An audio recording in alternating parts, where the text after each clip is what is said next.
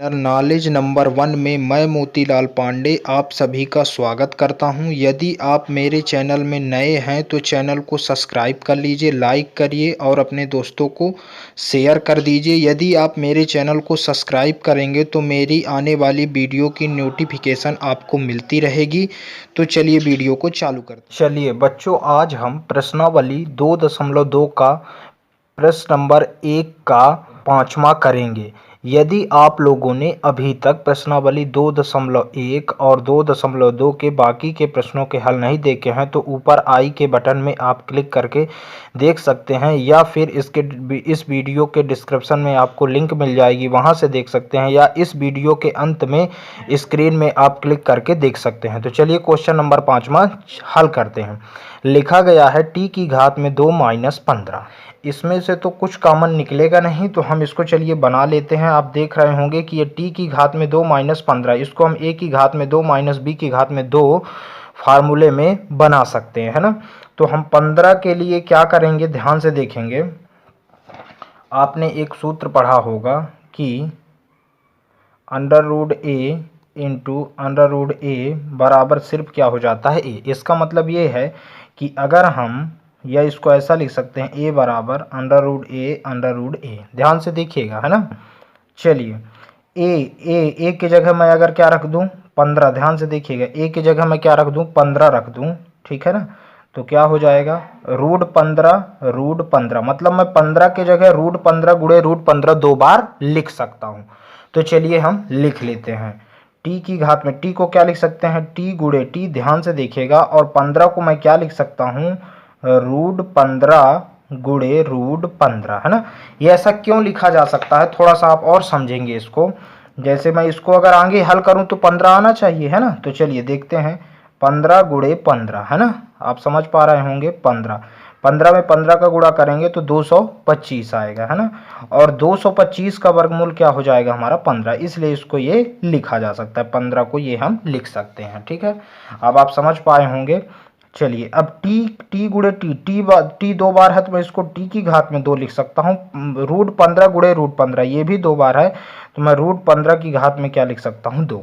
अब आप देख पा रहे हो ए की घात में 2 - बी की घात में 2 का सूत्र लगेगा। चूंकि ए की घात में 2 - बी की घात में 2 बराबर होता है ए प्लस बी। एक बार जोड़ देते हैं और एक बार इसी को क्या कर देते हैं, हम घटा देते हैं। ध्यान से देखिएगा, एक बार जुड़ जाता है और एक बार क्या हो जाता है, ये घट जाता है ना। चलिए तो एक बार जोड़ेंगे तो टी प्लस √15 लिख दूंगा, ठीक है। ध्यान से समझिएगा। और एक बार क्या कर देंगे, घटाएंगे, टी माइनस √15। ये इस प्रकार हो गया, है ना। चलिए ये इसका मान आ रहा है, आप लिख भी सकते हैं, T square - 15 T square minus का 15, है ना। अब हमको इसके शून्यक निकालना है, तो ऐसे तो शून्यक निकलेंगे नहीं, इसको हमको किसके बराबर करना पड़ेगा, शून्य के बराबर करना पड़ेगा, है ना। तो लिख लेते हैं, इसलिए टी स्क्वायर - 15 का मान क्या है, शून्य है, ठीक है। ध्यान से देखिएगा, क्या मान क्या है, शून्य है।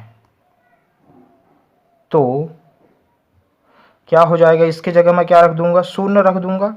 तो टी प्लस √15 ये हो गया, और टी माइनस √15, ठीक।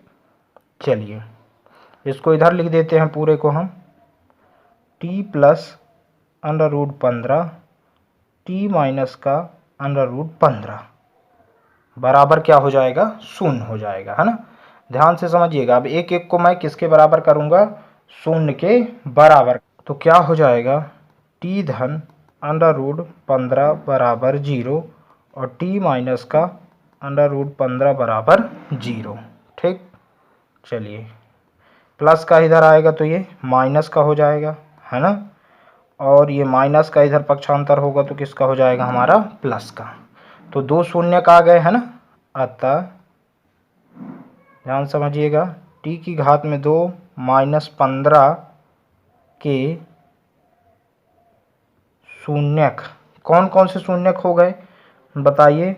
माइनस का √15 एवं √15 है, ये इसके 2 शून्यक हो गए। अब हमको इसकी सत्यता की जांच करना है कि जो 2 हम शून्यक निकाले हैं सही है कि नहीं है। तो चलिए इसकी सत्यता की जांच कर लेते हैं। सत्यता की जांच। ठीक है, चलिए शून्यकों का योगफल बराबर होता है -x का गुणांक बटे x स्क्वायर का गुणांक। अब चूंकि शून्यकों का योगफल निकालना है, इसलिए जो हमको शून्य प्राप्त हुए हैं उनको योग मतलब होता है जोड़ना, तो मैं इन दोनों को जोड़ूंगा, है ना। ध्यान से आप देखेंगे, माइनस का √15 धन √15 बराबर माइनस हो गई थी, है ना। तो इसकी जगह हम क्या रख देंगे, t, और यहाँ भी क्या रखेंगे हम, टी स्क्वायर का गुणांक। ठीक है, टी का गुणांक और टी स्क्वायर का गुणांक यहाँ से हमको देख के ही रखना है। ध्यान से देखिए, तो टी का गुणांक यहाँ कुछ नहीं है तो क्या हो जाएगा, शून्य हो जाएगा। ध्यान से समझिए, और टी स्क्वायर का गुणांक भी क्या है, 1 है। तो कुछ इस प्रकार से हो जाएगा। अब देख रहे हैं माइनस और प्लस क्या हो जाएगा, ये कट जाएगा तो 0 आ जाएगा। आप 0 में किसी संख्या का भाग दोगे तो क्या हो जाएगा, 0 हो जाएगा। अतः ये तो क्या है हमारा, सत्य है शून्यकों का योगफल। अब शून्यकों का गुणनफल बराबर अचर पद बटे टी स्क्वायर का गुणांक। ठीक है, चलिए गुणनफल मतलब क्या होता है, गुणा करना। तो ध्यान से समझिएगा, ये एक शून्यक हो गए और दूसरा शून्यक ये है, इन दोनों का हम क्या करेंगे, गुणा। अचर पद, अचर पद क्या है हमारे पास, -15 है ना। तो मैं यहाँ क्या लिख दूंगा, -15 बटे टी, इस टी की घात में 2 का गुणांक कितना है, 1 है। तो यहाँ हम क्या लिख देंगे, 1 लिख देंगे, है ना। अब देखिएगा, इसका गुणा इससे करेंगे, है ना। ध्यान से समझिएगा, माइनस है तो माइनस ही रहने देंगे, ये दोनों रूट में है तो हम इनको दोनों को अंदर लिख सकते हैं, 15 गुणे 15। ध्यान से समझिएगा, अब इससे भाग करेंगे तो ऋण क्या आ जाएगा हमारा, 15 आ जाएगा। ठीक है, चाहे तो आप इसको, क्योंकि अगर रूट में 2 के जोड़े बन जाते हैं, 15 के जोड़े बन गए मतलब ये 15 बाहर निकल जाएगा, चाहे भी इस प्रकार लिख लीजिए। 15 में 15 का गुणा करेंगे तो 200 कितना आएगा, 25 माइनस का 15, है ना। और 225 का वर्गमूल क्या हो जाता है हमारा, 15। अब देखिए ये दोनों तरफ क्या हो गया, बराबर आ गया, मतलब ये क्या है हमारा, सत्य। चलिए अब एक का छठवां करते हैं, ठीक है ना, एक का लास्ट क्वेश्चन है, छठवां। चलिए ध्यान से देखिएगा, एक बार मैं इसको लिख लेता हूँ। ठीक, चलिए अब हमको इसका क्या निकालना पड़ेगा, गुणनखंड। हम गुणनखंड विधि से कर रहे हैं, आप ध्यान दीजिएगा। मैं इसको एक बार यहाँ लिख लेता हूँ, 3x की घात में 2 माइनस का x माइनस का 4। देखिए x स्क्वायर का गुणांक कितना है, 3। ध्यान दीजिएगा, है ना। और अचर पद क्या है हमारे पास, 4। तो 3 में 4 का गुणा करूंगा तो मैं क्या आ गया, 12। अब मेरे को ऐसी दो संख्या ढूंढना है कि गुणा करने पर तो 12 आए, पर यहाँ किसका चिन्ह है, घटाने का, और यहाँ कुछ नहीं है तो हम क्या समझेंगे कि 1 है। घटाने पर कितना आना चाहिए, 1। गुणा करने पर 12 आए और घटाने पर 1। तो इसके लिए हम सबसे पहले ये देखेंगे कि 12 किसके किसके पहाड़े में आता है। तो सबसे पहले 12 2 के पहाड़े में आता है, 2 छक्का 12। अगर मैं 2 में 6 का गुणा करूंगा तो 12 आएगा, और 6 में 2 घटाऊंगा तो 4। ये कंडीशन तो आ रही है, पर ये वाली कंडीशन फॉलो नहीं हो रही है, मतलब हमको क्या आना चाहिए, 1। और आगे चलते हैं, 12 किसके किसके पहाड़े में आता है, 3 के पहाड़े में आता है। तो 3 गुणे 4, 3 चौके 12, और अगर मैं 4 में 3 घटाऊंगा तो 1। ये दोनों कंडीशन फॉलो होगी, अतः वह हमारी दो संख्या क्या हो जाएंगी, 4 और 3 हो जाएंगी। तो चलिए हम इसको लिखते हैं, 3x की घात में 2 माइनस, यहाँ कुछ नहीं है मतलब 1 है, तो इसके जगह मैं क्या लिखूंगा, 4 माइनस 3, साथ में x होगा माइनस का 4। बिल्कुल ध्यान से समझिएगा, गुणनखंड है। ठीक है, 3x की घात में 2। अब देखिए कोष्टक खुलेंगे तो अंदर के दोनों चिन्ह क्या हो जाएंगे, बदल जाएंगे। 4 अभी प्लस का है तो माइनस का हो जाएगा, ये माइनस का है तो किसका हो जाएगा, प्लस। साथ में x का गुणा हो जाएगा तो 4x, ध्यान से देखिएगा, माइनस माइनस प्लस, 3 में x का गुणा हो जाएगा तो 3x, माइनस का क्या हो गया, 4।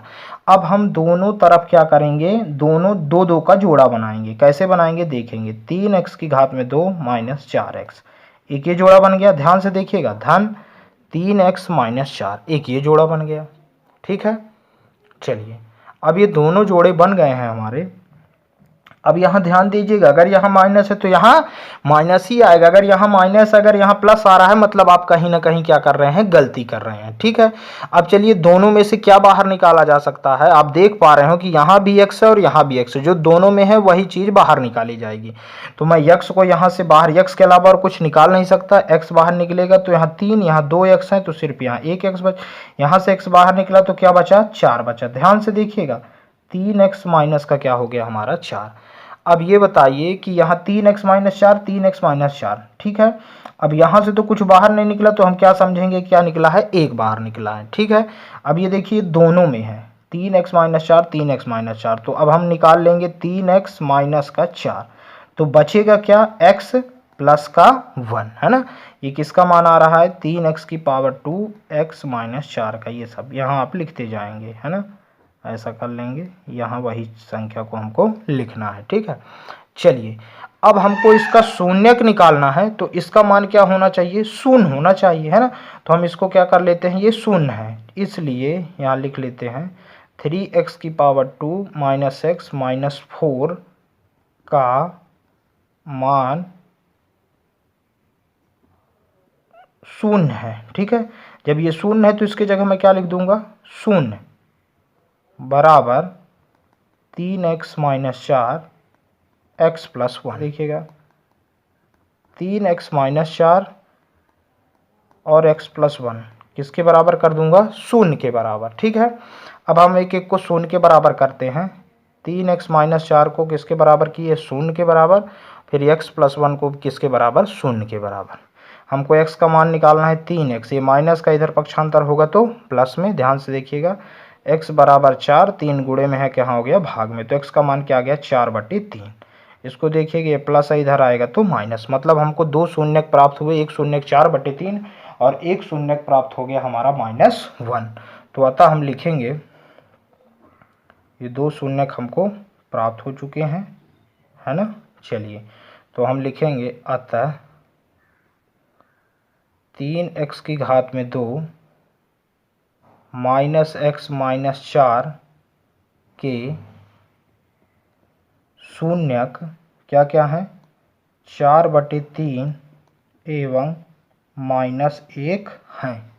ये दोनों इसके क्या हो गए, शून्यक हो गए, ठीक है।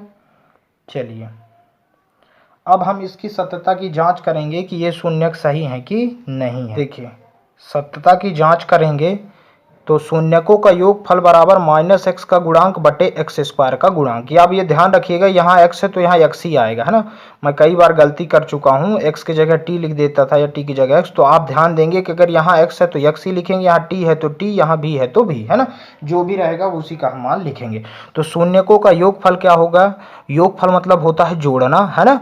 तो शून्य कौन कौन से हमारे, 4/3 और -1, है ना। तो इसको जोड़ेंगे 4/3 धन -1। ध्यान से देखिएगा, माइनस x का गुणांक, x का गुणांक मतलब x का गुणांक किसमें, देखिए x का गुणांक क्या है, -1, कुछ नहीं है तो हम क्या समझेंगे कि ये 1 है और यहाँ किसका है, माइनस का है, तो ये -1। इसमें ध्यान नहीं देंगे हमको, सिर्फ x स्क्वायर का गुणांक, तो x स्क्वायर का गुणांक माइनस, ये तो माइनस पहले से ही लिखा गया है, ठीक है।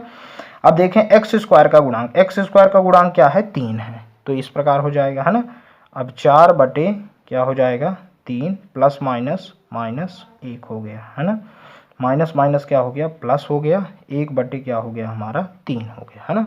ध्यान से देखेंगे। फिर इसके बाद चलिए इसका हम इससे गुणा कर देते हैं, तो क्या हो जाएगा, 3 एकम 3 बटे क्या हो जाएगा, 3, 1/3।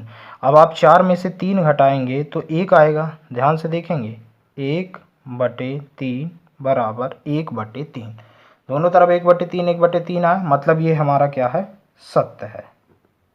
चलिए अब अगला करते हैं, शून्यकों का गुणनफल बराबर अचर पद बटे x स्क्वायर का गुणांक, है ना। तो अब शून्यकों का गुणनफल, शून्य क्या प्राप्त हुआ है हमको, 4/3 गुणे -1 प्राप्त हुआ है ना। अचर पद थोड़ा सा आप देखेंगे, अचर पद, इसमें अचर पद क्या है हमारे पास, -4 चिन्ह सहित लिखेंगे, इस बात का आप विशेष ध्यान देंगे। तो हम क्या लिखेंगे, -4 बटे x स्क्वायर का गुणांक। x स्क्वायर का गुणांक क्या है, x स्क्वायर में किसका गुणा किया गया है, 3 का, तो हम इसमें क्या लिखेंगे, /3, ठीक है। चलिए अब यहाँ हम इसका गुणा करेंगे तो माइनस और प्लस क्या होगा, माइनस ही होगा, 4/3, और इधर भी हमारा क्या आ गया है, 4/3, दोनों तरफ बराबर आ गया, मतलब ये भी हमारा क्या है, सत्य है। यदि आपको इन प्रश्नों के हल करने में कोई भी समस्या आ रही है तो मेरे कमेंट्स बॉक्स पर कमेंट्स जरूर लिखें। धन्यवाद।